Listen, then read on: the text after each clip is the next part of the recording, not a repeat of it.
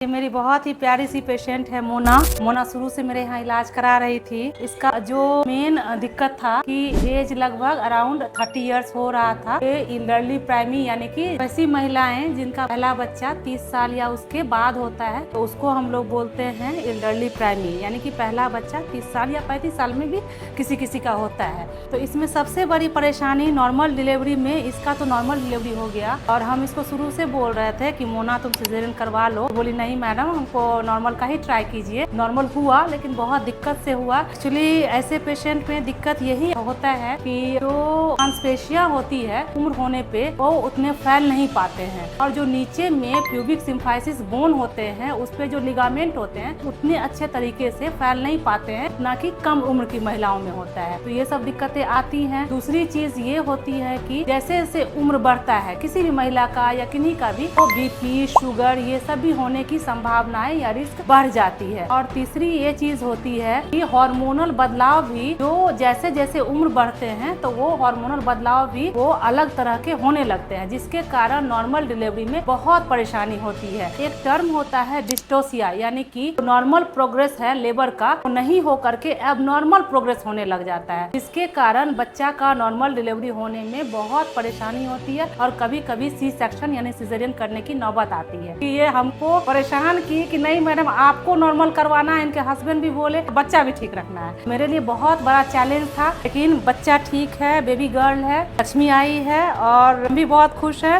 Patient तो खुश है ही। आप मोना से भी पूछ सकते हैं, ठीक है ना मोना।